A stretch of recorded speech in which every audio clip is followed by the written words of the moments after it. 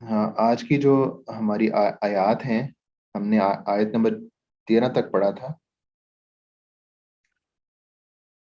اچھا، آیت جی سر، نمبر 14 ہے 13 وہ تک.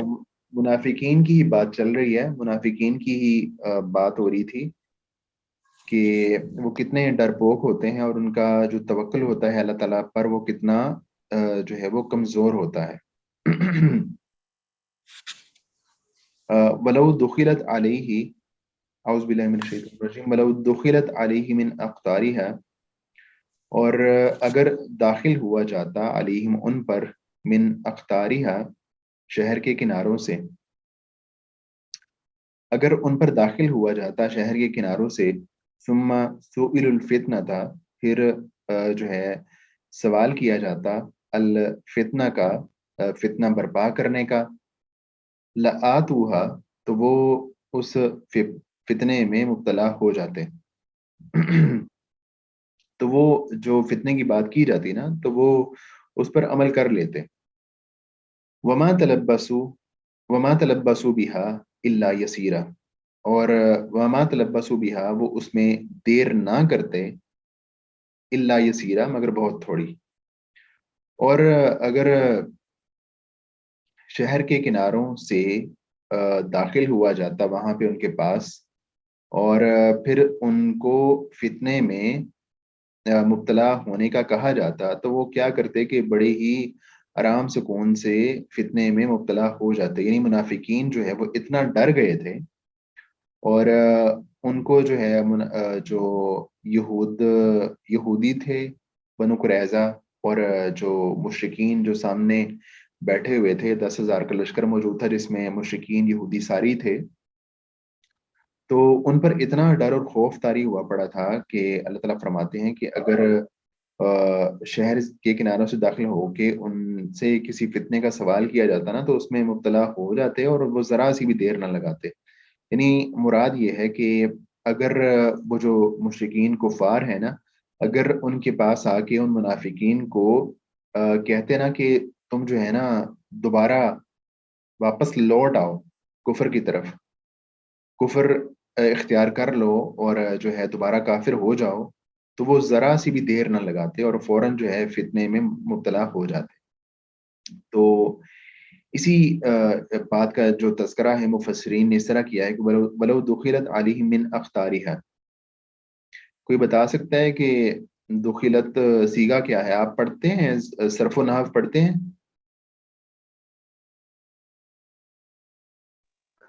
جی سر. سر دخلا صیغہ تو جو مجہول، دخلت کیا ہاں سیگا؟ بتا. سر یہ صیغہ مجہول، مجھول ہے نا، مجھول کا سیگا ہے. اور پورا مؤنث. بتائیں، سیگا پورا بتائیں. جی واحد مؤنث جو ہے نا سیگا مؤنث کا ہے. واحد مؤنث مجہول غائب ہے. یا حاضر؟ غائب غائب غائب. غائب، ٹھیک ہے. ہاں جی، واحد مؤنث غائب کا یہ سیگا ہے اور مجہول ہے. اسی طرح سئلو، یہ کیا سیگا ہے؟ سر کون سا؟ سئلو، ثم سئلو ولو دخلت علیہم من اقطارها ثم سر یہ بھی سئلو. یہ بھی صیغہ مجہول ہے اور جمع غائب کا ہے. مذکر غائب یا مؤنث سوال، غائب؟ ہاں جی مؤنث غائب. مؤنث غائب. مؤنث کی کیا ضمیر سر ہے؟ مذکر غائب ہے. مذکر فتنہ، غائب. ہاں سئلو کا مذکر غائب ہے نا. سئلو کا مذکر سوال سئلو. کیے گئے نا، کیے ہاں گئے تو جمع مذکر ہی ہے. ویسے آپ نے پوچھا تو میں نے کہا شاید یہ اقطاری ہاں سے یا نہیں کوئی نہیں، وہ لنک ہو. ہاں نہیں، یہ مذکر کا ہی سیگا ہے، جمع مذکر غائب کا مجہول کا سیگا ہے. تو دخلت کی ضمیر مدینہ کی طرف جا رہی ہے. یعنی ولو دخلت علیہم المدینۃ من جہاتها، ای ولو دخل الاحزاب علیہم المدینہ. یعنی جو ہے نا جو شہر ہے نا اس میں وہ جو مدینہ شہر ہے اس میں اگر جو کافر ہیں وہ داخل ہوتے اور ان کو فتنے میں مبتلا ہونے کا کوئی موقع ملتا. الفتنہ سے مراد کفر و شرک اور مسلمانوں کے خلاف جنگ ہے. یعنی اگر کفار شہر میں داخل ہو کر ان منافقین کو دعوت دیتے کہ آؤ دوبارہ ہمارے ساتھ کفر میں واپس آ جاؤ اور ہم سے مل کر مسلمانوں کو ختم کرنے کے لیے لڑو، تو وہ فوراً ان کی پیشکش قبول کرتے اور ذرا دیر نہ کرتے. یعنی منافقین کی یہ صورتحال تھی. اس کے بعد اگلی آیت ہے آیت نمبر 15. وَلَقَدْ كَانُوا عَاهَدُوا اللَّهَ مِنْ قَبْلُ لَا يُوَلُّونَ الْأَدْبَارَ وَكَانَ عَهْدُ اللَّهِ مَسْئُولًا.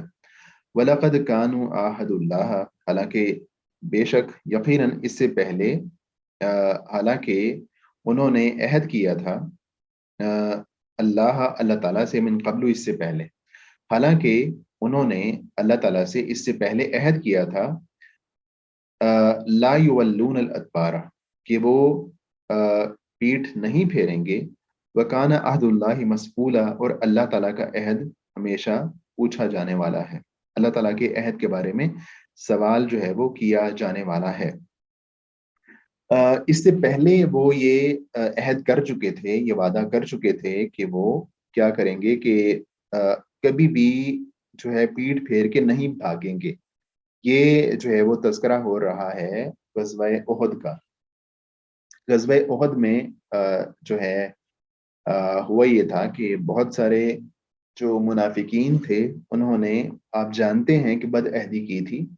یعنی بد عہدی تو خیر کہہ سکتے ہیں، نہیں کہہ سکتے، لیکن انہوں نے اللہ کے رسول صلی اللہ علیہ وسلم کے لشکر میں وہ موجود تھے، لیکن عبداللہ بن ابی کے کہنے کی وجہ سے کافی سارے منافقین جو ہے اللہ کے رسول علیہ الصلوۃ والسلام کا ساتھ چھوڑ کے، اللہ کے رسول علیہ الصلوۃ والسلام کو چھوڑ کے الگ ہو گئے تھے اور واپس مدینہ چلے گئے تھے.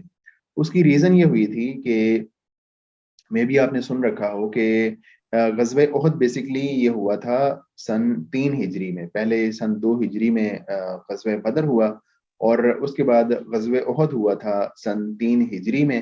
اور اس میں کفار نے کوشش کی تھی کہ ہمیں جو زخم لگے ہیں اس میں بدر میں، اس کا ہم بدلہ چکا لیں. اور اسی مقصد کے لیے وہ جو ہے آئے تھے مدینہ منورہ کی طرف آئے تھے.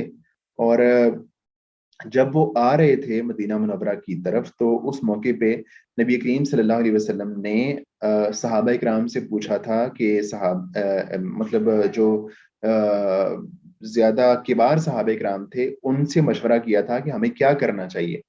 ہمیں کیا مدینہ کے اندر رہ کے، شہر کے اندر رہ کے ہمیں جنگ کرنی چاہیے، یا ہمیں شہر کے باہر جا کے جنگ؟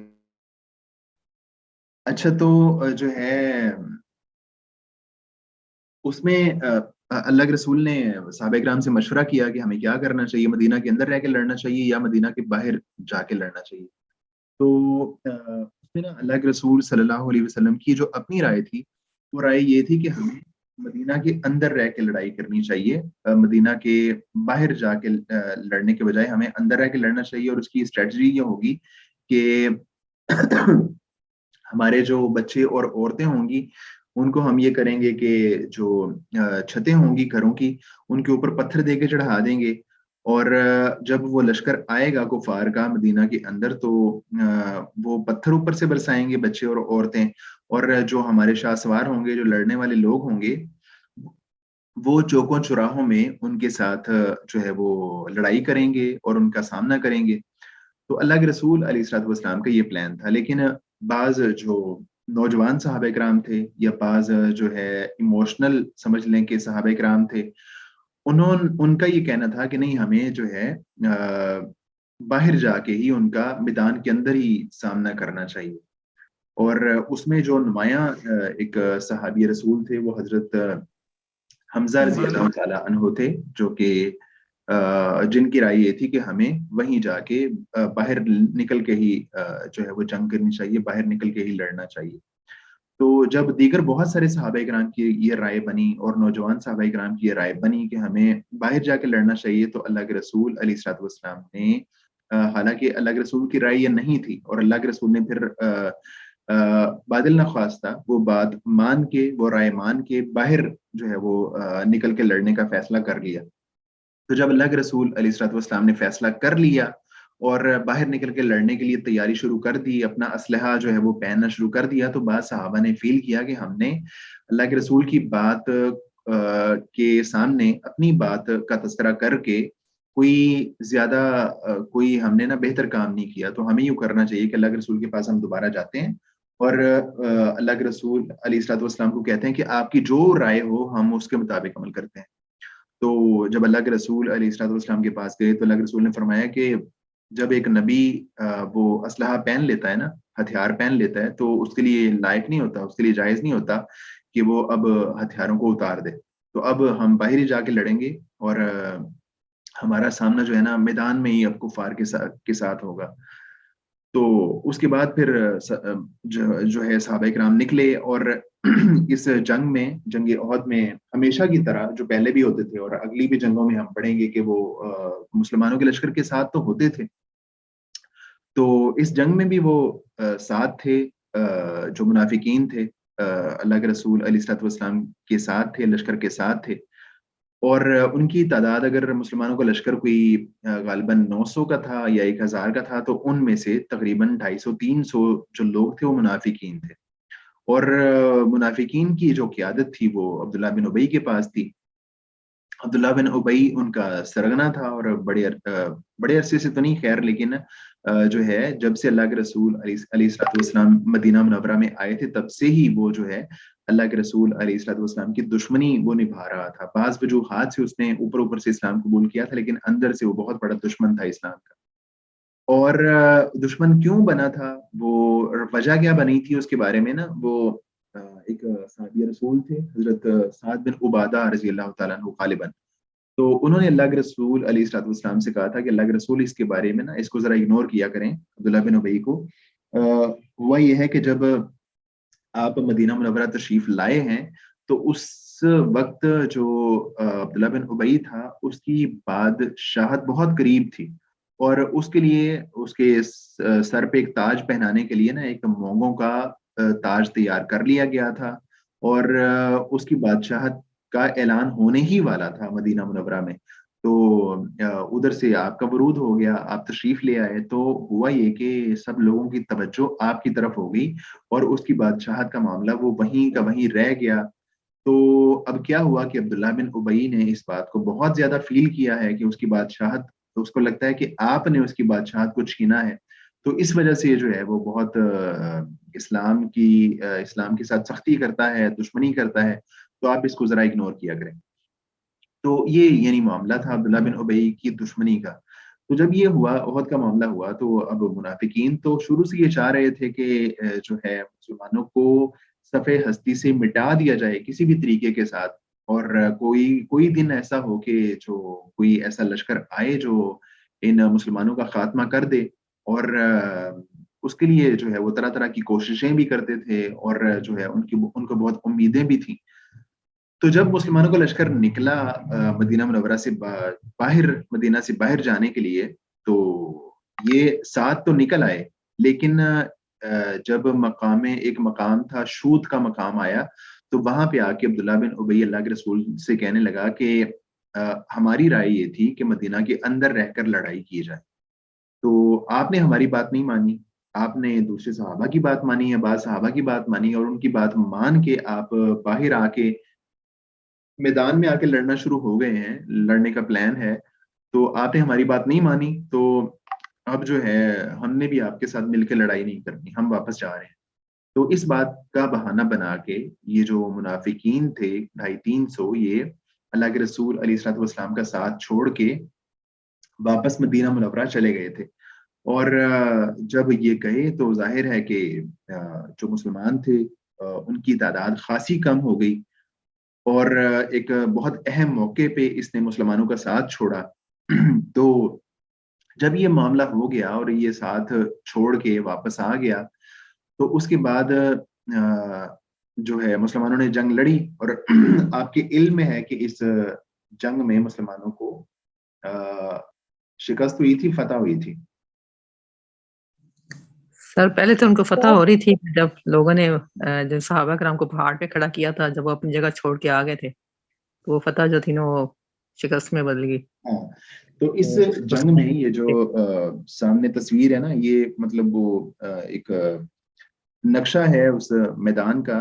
تو اس میں یہ جو گرین کلر میں جو مسلمانوں کا لشکر نظر آ رہا ہے اور ریڈ کلر میں ان کا لشکر نظر آ رہا ہے مشرکین کا، اور پیچھے جو خیمہ نظر آ رہا ہے اور ایک گرین کلر نظر آ رہا ہے، وہ ان کو مطلب انہوں نے سائن دیا ہوا ہے کہ نبی کریم صلی اللہ علیہ وسلم یہاں موجود تھے، یہاں اللہ کے رسول صلی اللہ علیہ وسلم کا خیمہ تھا. اور یہ جو ایک سائڈ پہ پہاڑی نظر آ رہی ہے، پہاڑی کے اوپر 5 ڈاٹ نظر آ رہے ہیں، تو اس کا مطلب یہ ہے کہ بعض صحابہ کرام کی ڈیوٹی اللہ کے رسول علیہ الصلوۃ والسلام نے یہاں پہ لگائی تھی، اس پہاڑ کے اوپر لگائی تھی.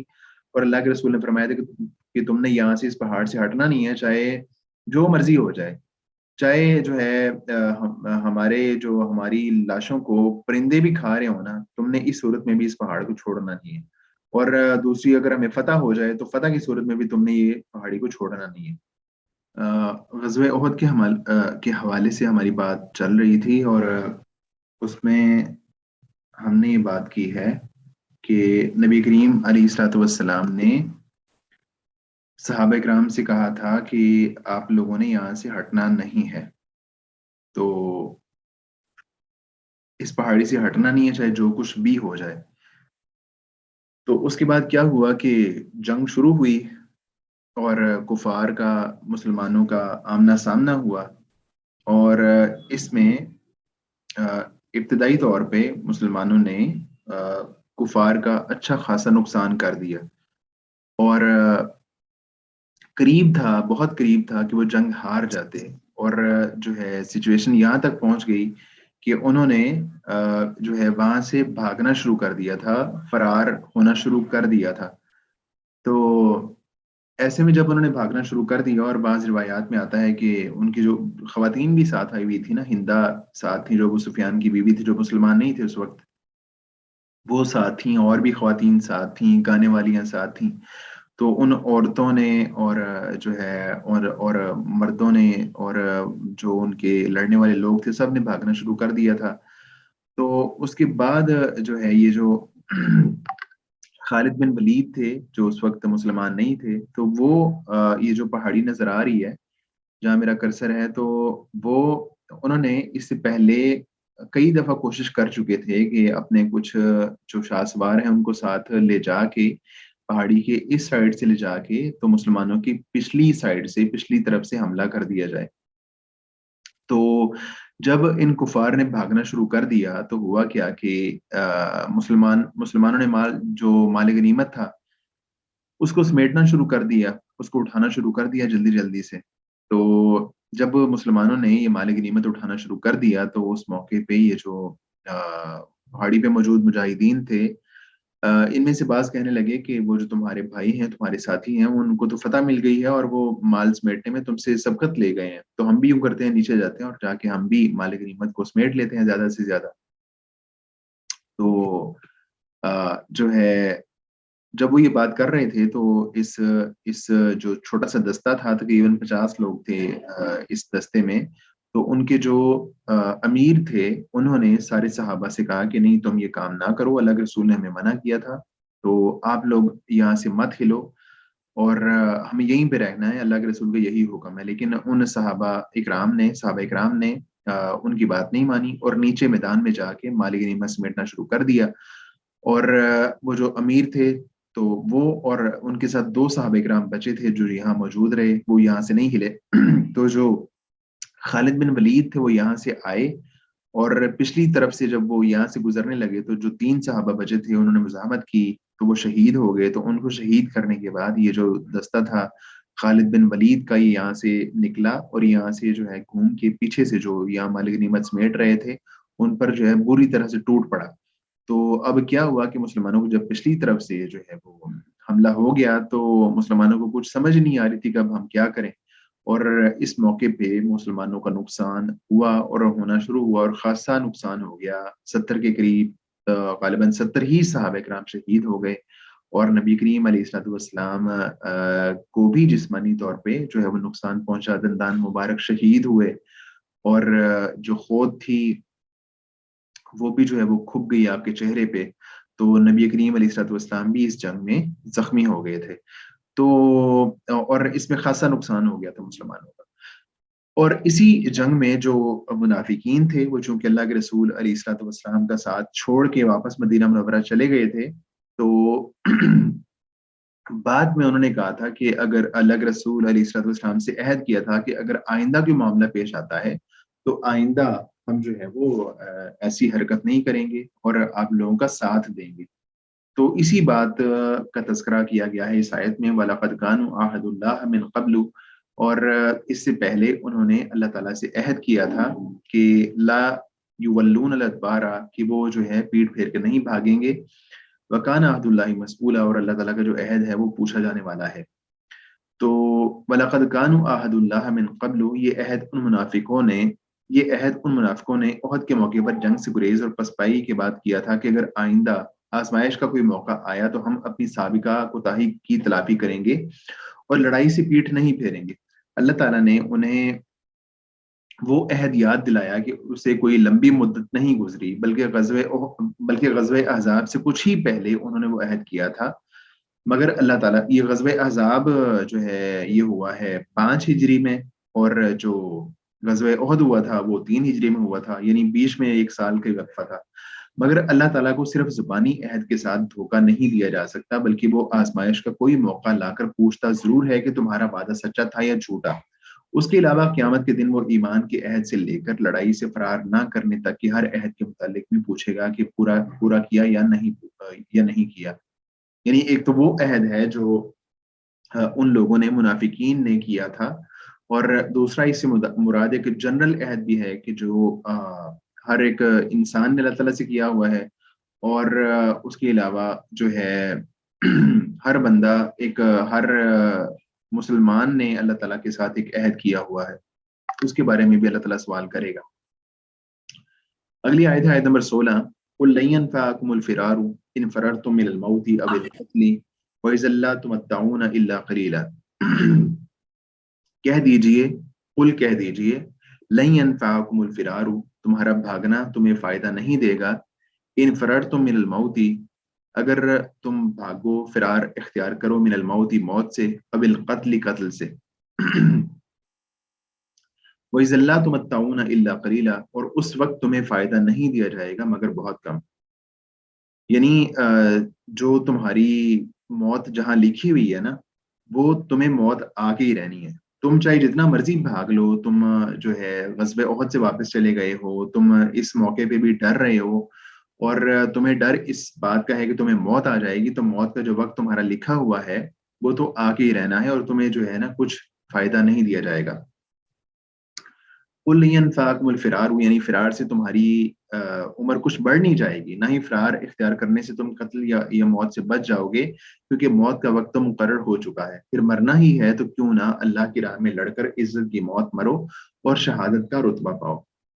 وَإِذًا لَّا تُمَتَّعُونَ إِلَّا قَلِيلًا، یعنی اگر تم نے فرار اختیار کیا اور تمہاری کچھ عمر باقی ہوئی، تب بھی دنیا کی لذتوں سے تم تھوڑا ہی فائدہ اٹھا سکو گے، کیونکہ ایسے بزدلوں کا مقدر دشمن کے غلبے کی صورت میں ذلت اور غلامی ہوتا ہے، اور اگر اس سے بچ بھی گئے تو کتنی دیر زندہ رہ لو گے.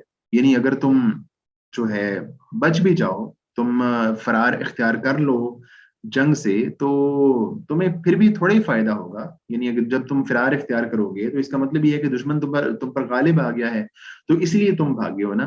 تو جب تم بھاگے ہو اور موت سے اس سے جنگ سے بھاگ رہے ہو، تو اب جو ہے تمہاری زندگی اس میں کوئی رنگ، کوئی جو ہے نا خوبصورتی باقی زیادہ نہیں رہی، کیونکہ دشمن اب تم پر غالب آ گیا ہے. تو اب تمہاری وہ آزادی اور تمہیں پہلے والی جو زندگی ہے، لائف ہے، وہ نہیں حاصل ہو سکتی، تھوڑا ہی فائدہ تمہیں ملے گا.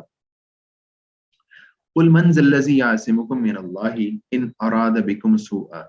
قُلْ کہہ دیجئے من ذا الَّذِي، وہ کون ہے، يَعْصِمُكُم جو تمہیں بچائے گا، من اللہ تعالیٰ سے، ان اراد بکم سوءا، اگر وہ ارادہ کرے تمہارے ساتھ برائی کا. کہہ دیجئے کہ کون تمہیں اللہ تعالیٰ سے بچائے گا اگر وہ اللہ ہی تمہارے ساتھ برائی کا ارادہ کر لے. او اراد بکم رحمہ، یا وہ تمہارے ساتھ کوئی مہربانی کا ارادہ کر لے. ولا یجدون لهم من دون اللہ ولیہ، اور وہ نہیں پاتے اللہ تعالیٰ کے علاوہ کوئی دوست، نہیں پائیں گے وہ اللہ تعالیٰ کے علاوہ کوئی ولی، ولا نصیرہ، اور نہ کوئی مددگار. قل من ذا الذی یعصمکم من اللہ، یعنی اپنے خیال میں تم نے عرب کے مشرکین سے بچنے کے لیے فرار اختیار کیا، لیکن اگر اللہ حکم دے اور مسلمان تمہیں اب قتل کر دیں تو تمہیں کون بچائے گا؟ یا وہ تم پر رحم کا ارادہ کرے تو کون اس کا ہاتھ پکڑ سکتا ہے؟ بہرحال اللہ کی گرفت سے انہیں کوئی حمایتی یا مددگار نہیں بچا سکے گا۔ آیت نمبر 18 ہے قد یعلم اللہ المعوقین منکم، اور یقیناً تم میں سے رکاوٹیں ڈالنے والے کو جانتا ہے۔ قد یعلم اللہ، اللہ تعالیٰ جانتا ہے، المعوقین منکم، تم میں سے رکاوٹیں ڈالنے والے کو، والقائلین لاخوانہم، اور اپنے بھائیوں کو یہ کہنے والوں کو، ہلم الینا، ہماری طرف آ جاؤ، ولا یأتون البأس الا قلیلا، اور وہ نہیں آتے البأس لڑائی میں، الا قلیلا مگر بہت کم۔ یقیناً قد یعلم اللہ المعوقین منکم، اور اللہ تعالیٰ جانتا ہے تم میں سے رکاوٹیں ڈالنے والوں کو، والقائلین لاخوانہم، اور اپنے بھائیوں کو یہ کہنے والوں کو، ہلم الینا، ہماری طرف آ جاؤ، ولا یأتون البأس الا قلیلا، اور وہ نہیں آتے لڑائی میں الا قلیلا مگر بہت کم۔ یأتون کیا صیغہ ہے، بتائے گا کوئی؟ سر یہ فعل مضارع ہے نا؟ فعل مضارع، ہاں، جی پورا صیغہ بتائیں۔ جی یہ جمع جو ہے نا اس کا غائب کا فعل مضارع جمع غائب، جمع غائب، مذکر یا مؤنث؟ مذکر مذکر، ٹھیک ہے۔ اور جو ہے یعلم سر یہ فعل مضارع غائب ہے، یہ واحد کا۔ ٹھیک ہے، اور اگر یہ تعلم ہوتا؟ سر تعلم کے دو ہو سکتی ہیں، یا تو اگر وہ مذکر کے لیے ہوتا ہے یا پھر واحد مؤنث کے لیے ہوتا ہے۔ صحیح ہے۔ قد یعلم اللہ المعوقین منکم، یعنی اللہ تعالیٰ تم میں سے ان لوگوں کو جانتا ہے جو دوسروں کو بھی جہاد سے روکتے ہیں، اور اپنے یار دوست لوگوں اور کنبے قبیلے کے لوگوں سے کہتے ہیں کہ اپنے آپ کو خطرات میں ڈالنے کے بجائے ہمارے پاس چلے آؤ اور ہماری طرح آرام سے گھروں میں رہو، مراد اس سے منافقین ہے۔ ولا یأتون الباس الا قلیلا، یعنی کبھی کبھار دکھاوے اور نام لکھوانے کے لیے چلے آتے ہیں۔ تو اس کے مقابلے میں ان منافقین کے مقابلے میں اگر ہم جو سچے مومن تھے ان کا رویہ دیکھیں نا، وہ ان کے بالکل اگینسٹ نظر آتا ہے۔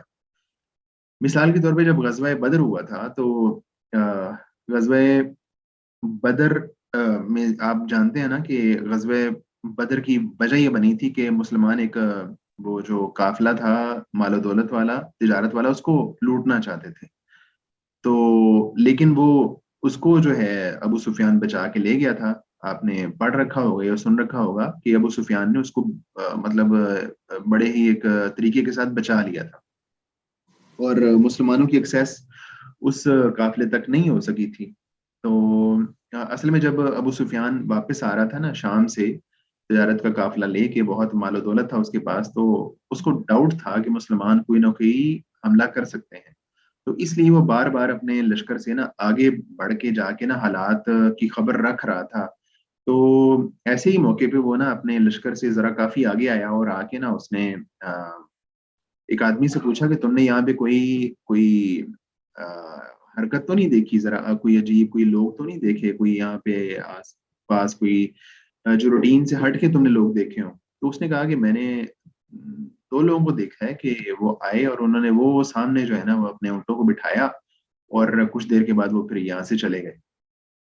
تو ابو سفیان فوراً وہاں پہ گیا جہاں پہ انہوں نے اونٹوں کو بٹھایا تھا، تو اس نے نا مطلب جو اونٹوں کا فضلہ تھا نا اس کو توڑا، تو اس میں سے جو ہے نا ایک کھجور کی گٹھلی برآمد ہوئی، تو اس کو دیکھ کے وہ کہنے لگا کہ جو ہے یہ جو کھجور ہے نا یہ مدینہ کی کھجور ہے۔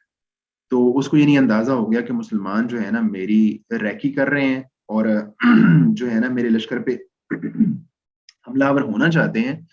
تو اس نے فوراً ہی وہیں سے اپنے جو لشکر تھا اس کا رخ موڑ کے اس کو بچا کے وہ لے گیا تھا ادھر مکہ مکرمہ لے گیا تھا۔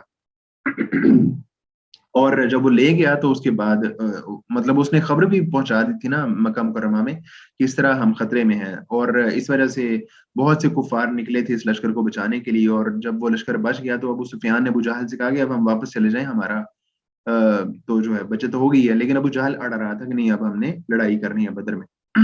تو اس موقع پہ جب ایک لشکر آ رہا تھا مسلمانوں کے ساتھ لڑائی کرنے کے لیے، تو بڑی جو ہے صورتحال کشیدہ تھی، اور صورتحال یہ تھی کہ مسلمانوں کے پاس تو چند ایک چیزیں تھیں، چند ایک تلواریں تھیں، اور بہت تھوڑے سے مسلمان تھے. تو اس موقع پہ اللہ کے رسول علیہ الصلوۃ والسلام نے صحابہ کرام سے مشورہ کیا تھا کہ ہمیں کیا کرنا چاہیے. تو جو صحابہ کرام تھے، حضرت ابوبکر صدیق رضی اللہ تعالیٰ عنہ، انہوں نے بڑی زبردست اسپیچ کی آ کے.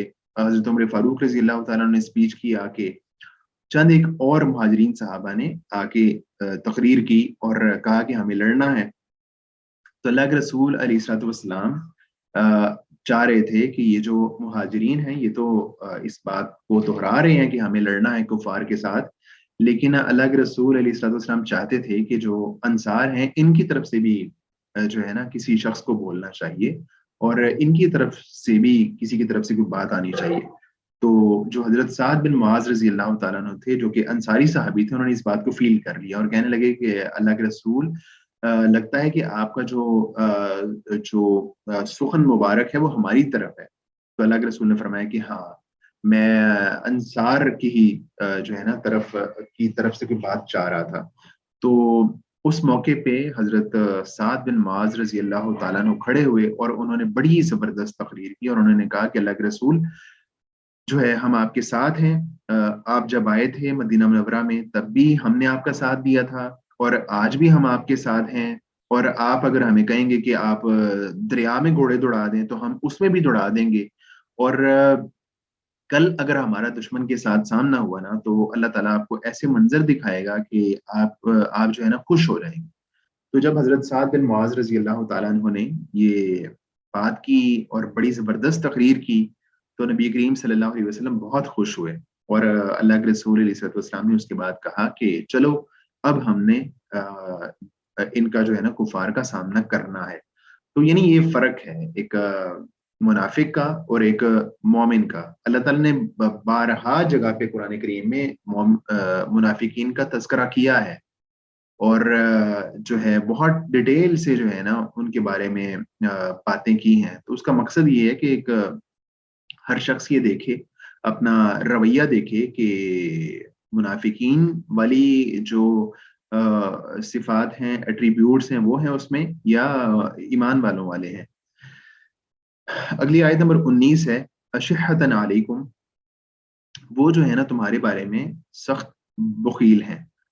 فَإِذَا جَاءَ الْخَوْفُ، جب خوف آ جائے، رَأَيْتَهُمْ، تو ان کو دیکھتا ہے، يَنْظُرُونَ إِلَيْكَ، وہ تمہاری طرف دیکھتے ہیں، کہ تدور اعینہم، ان کی آنکھیں گھومتی ہیں، ایسے کالذی یغشی علیہ من الموت، جس طرح کے ان پر غشی تاری ہو رہی ہو موت کی، جیسے ان پر موت کی غشی تاری کی جا رہی ہو. فَإِذَا ذَهَبَ الْخَوْفُ، بس جب خوف چلا جاتا ہے، سَلَقُوكُمْ بِأَلْسِنَةٍ، تو وہ سَلَقُوكُمْ، وہ تم کو ملتے ہیں، بِأَلْسِنَةٍ حِدَادٍ، بہت تیز زبانوں کے ساتھ. فَإِذَا ذَهَبَ الْخَوْفُ، جب خوف چلا جاتا ہے، سَلَقُوكُمْ، تو وہ آپ کو ملتے ہیں یا آپ کو تکلیف پہنچاتے ہیں، بِأَلْسِنَةٍ حِدَادٍ، بہت تیز زبانوں کے ساتھ. اشحۃ علی الخیر، جو خیر ہے یا مال ہے اس کے بہت حریص ہوتے ہیں، مال کے بہت حریص ہوتے ہیں. اولئک، یہی لوگ ہیں، لم یؤمنوا، وہ جو ہے نا ایمان نہیں لائے. فاحبط اللہ اعمالهم، تو اللہ تعالیٰ نے ان کے اعمال جو ہے نا وہ ضائع کر دیے. وکان ذلک علی اللہ یسیرا، اور یہ جو ہے نا یہ والا کام اللہ تعالیٰ کے لیے بہت ہی آسان ہے ہمیشہ سے.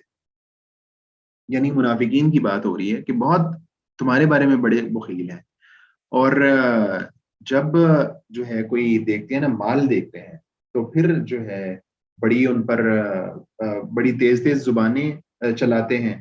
اور لیکن جب تکلیف آتی ہے نا، کوئی مشکل آتی ہے، تو اس وقت ان کی آنکھیں اس طرح گھومنا شروع ہو جاتی ہیں جس طرح کہ ان پر موت کی غشی طاری ہو رہی ہے.